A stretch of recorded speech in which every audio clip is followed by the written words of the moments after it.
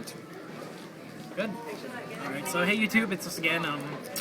This time we're bringing you a little update on EBO3. As you know, it's all coming out within like the next week or so in English, I believe. July 7th. July 7th. Two things I want to talk about are the triple R's of the set, Spectral Nuts Dragon and, Demonic Emperor Dudley Derp.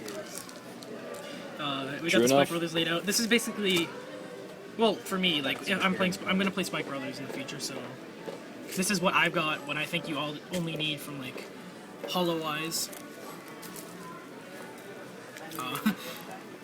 For Gold Paladin players, everybody's going to be, hunting for those Halo shields if they don't got them already. So scoop them up, get a little profit or whatever you can out of them. The main things I want to say about, recently is that, about these two boss monsters just dropping in. Dudley Emperor brings Spike Brothers back to a higher tier, if you want to call it. I don't want to call it anything in Vanguard tiers, but there are, sadly. He is Skydiver on crack. Yeah, you don't need Skydiver or Seyfried anymore. No. Seriously. A lot of people go around, I want to play Seyfried, I'm going to have, the 10 grade 3s, which is really bad in my opinion. And Dudley Emperor, I guess he can stomp on the game. I can't say he stomps on the game. He's really good because he gives you the 5 attacks. Well, it's really critical about him is, unlike Skydiver, his attack does not have to hit. Yeah. He just attacks. You just have to hit the VG, and the good thing is he also gets the skill. No, you just have to attack the Vanguard. Or you have to attack the Vanguard, sorry. Yeah. Yeah, he gets the plus 3,000 when he's boosted, which is also amazing, so you hit those magic numbers. So that, that Wonder Boy you searched out goes behind the Dudley Emperor, goes for 21. And, basically the important part of the deck, I'd say, is running the Juggernaut Maximum. Keep putting them back in the deck. Yeah, he goes back into the deck, so it's we don't have anything, I'm sorry I don't have anything to show you with, but it's for those people who don't know why it's so good, it's your front to rear guards are basically a Juggernaut or a high speed, and your Dudley Emperor is your Vanguard, and you go Soul Blast for Juggernaut, Soul Blast for Blackie, don't boost them, go back into the deck, burn 2 cards, 3 cards from their hand, go Dudley Emperor, Dudley Derp, go put them back, call back the 2, do it again. And you got your drive checks to put on them as well. Yep. Your opponent just goes, well, I think I should scoop up if I can't guard this, Yeah. It's great for mid-game pushing, it's great for late-game pushing, you benefit both ways. I mean, the only thing that goes down is your hand, and the other thing I could say is, in this set, Spike Brothers get stand triggers. I was really happy with that, actually, because stand triggers I felt were something they needed.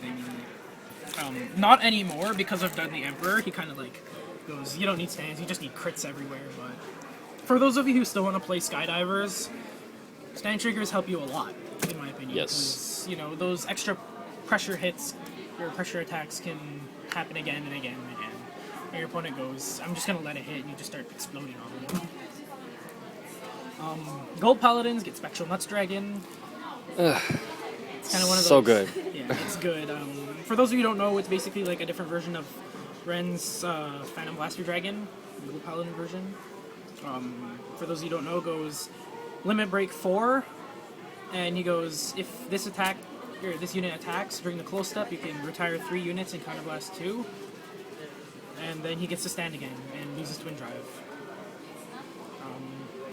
It's got the good potential. It's basically a game-winning push, hopefully, or, puts you in the better advantage. For one, I believe it's good. I mean, I've been testing it online at Cardfight Capital.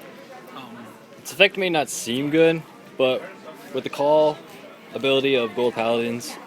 Oh, the ride chain. Yeah, and the ride chain itself, allowing you to keep putting things into play from your deck, it helps a lot.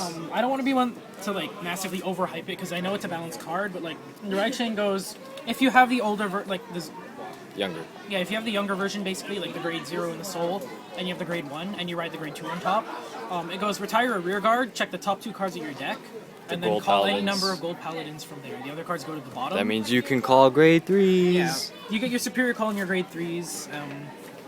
And they also introduce new cards like Blade Feather, Flash Edge Valkyrie. She goes, if she's called from the deck, you can counterblast 1 to check your top card. If it's a Gold Paladin, you can call it. If not, it goes to the bottom. Broken. So broken, I know. This guy goes up. Like I believe running him is almost mandatory as a secondary vanguard in Spectral Duke if you're running the Valkyries. Yes. Target that special card. Yeah, basically it goes. The way I play is backup play goes play Garmal, Counterblast 2, call Flash Edge, Counterblast 1, get another card, and then. Next turn, if you want, you change into your Spectral Duke, and then you go. I pretty much got a near free retire 3 and back. Now, Kevin, Yeah. I'm gonna ask you a question. Okay. So, there's been a lot of talk online of which deck will be more skillful. This version of Gold Paladin or Duke? Well, the way I've seen things going, I would say that you still need more skill with Spectral Duke Dragon, because he's not an infinite power deck like this guy, right? The main focus of the deck isn't infinite power like the 2 Limit Breakers, where he goes, I gain free 5,000, or anywhere between 1 and 5, and he goes, I gain 5,000, right? Spectral Duke goes, I sit here at 11, and I don't get higher unless you abuse Tron, which you really don't want to be doing, because they counteract each other. Yeah. So I still think Spectral Duke would take more skill. I mean, like, the extra attack is usually what breaks it when you use Spectral Duke, or how well you play with Garmal. Limit break. Yeah. Azel takes skill, but it's the only skill, like, the only hardcore skill that it needs is making sure you do your limit break properly. Do it back to back in one turn. People do it back to back in one turn. It's not bad, but a lot of people complain how they go. Attack, but I mean, They go Azel, counterblast, or limit break. Okay, call like a trigger, limit break again. Why are you calling your triggers? Is what I want to wonder. Although, granted, it gives you game anyway. main focus you want the power, but I mean you want to save the next one for the next turn. I guess I can talk about Azel here anyway. It's like he'll be the middleman now. Azel's terrible, yo. Burn that crap. Into the soul. Uh, Yeah. One thing I'm wondering about is like if people are willing to try out running both Azel and Spectral Duke in the same deck. Like, were you doing a double? This guy. Yeah. I Andrew give it- over here says he's gonna do I it. can give it a try, see how it works. Spectral Azel and with Duke. Azel. And Azel? Yeah. It's a double win condition, but the thing Yeah. is, I feel like the deck might get a little more clogged up than necessary. I know it's gonna be pretty tough. It's worth a try. If you use Azel, There- you're it's gonna not be bad running to out try. of counterblast. It's worth a try, but It's worth a try. we'll I mean, see. if you have the cards, you might as well. Yeah. The only thing I'm saying is because they're both very specific like lead units that need their own build centered around them to work completely. But by all means, if you make it work, make it work. Go for the gold. Paladin. Since there's a lot of other stuff in EBO3, like how they're bringing out Limit Break for Royal Paladin and Kagero and Shadow Paladin, I want to bring up the other thing about how they put the 2 vanilla units for Royal Paladin and Kagero, because everybody's coming to me like, oh my god, why the hell are they putting in 2 more vanilla 10k grade 2s? And like, why are you And that questioning? 10k grade Because in the 2 TV show, Shadow they don't want to Paladin. play- They put 10k grade 2s in there because, like, ever since Limit Break came out, did anybody not notice how any of the Limit Break units only have the 10,000 power? Stupid sparkle. Anyway, Bunch of cowards. like, the majority of Limit Break units only have 10,000 power.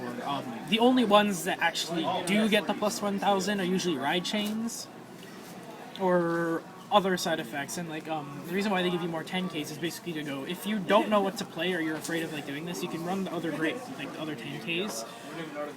They're great twos with some of the better staying power. They hit them without needing to have to boost, and it just puts a little more pressure on the game if you play aggressive. What are your thoughts on Lawkeeper? Lawkeeper, Mr. Retire 5 or bind 5 and bring back 4. I'm mixed on him actually because he doesn't need a lot of maintenance, but No.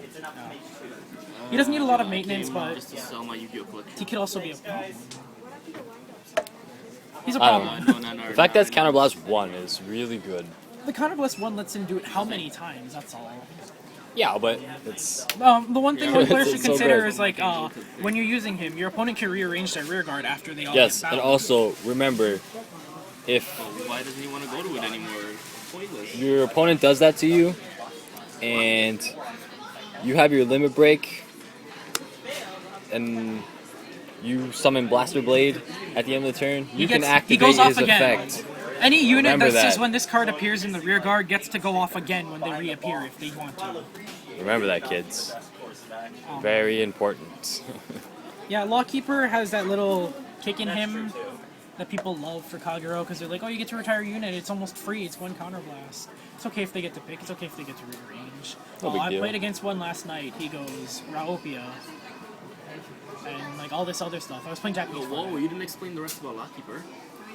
What about Lockheed? Like, A lot of 11,000 vanguards. If you have no other rear guards of the same type, Yeah, you he lose gets- 2,000 extra. that's not attack. like okay. So we just got the question, like the little point brought up where units like if you don't have another rear guard or vanguard with the same clan, they lose Yeah. 2,000. That's so broken. Though. And also You the drop fact from that 11 to Lawkeeper 9. also becomes 13 when your opponent has 2 or less rear guards. Yeah, that's when you Yeah. tax. Right? Yeah, when he attacks, but still, Yeah. he's I guess, 13 by himself. I guess I should bring that up. I didn't really want to. It shouldn't be a problem for most, like, all the skilled players who know how to deal with, like, normal one-unit fields. Basically, their vanguard can fight it off. Like this guy's effect. It's kind of a bit of a big feat that it's, like, if you play something like Narukami or Kagero, or even, you know, Azure Dragon, you go down 1 guard level, basically, from that 2,000 power drop. Just, you have to know, it's basically on how well you know how to play the game after that. Like, how well you know how to protect yourself. If you're knowledgeable, like if you know how well you're, like how much guard you need to count up, and you know if you plan your moves ahead, and you can hopefully make that comeback. Because everybody knows when you go through a move that retires something, it basically says you lose 2 cards from your hand that turn, no matter what. Alright guys, so that's it for now. Remember, check out tidyme.com. Rate, comment, subscribe, all that jazz. Until next time, stand up, Vanguard.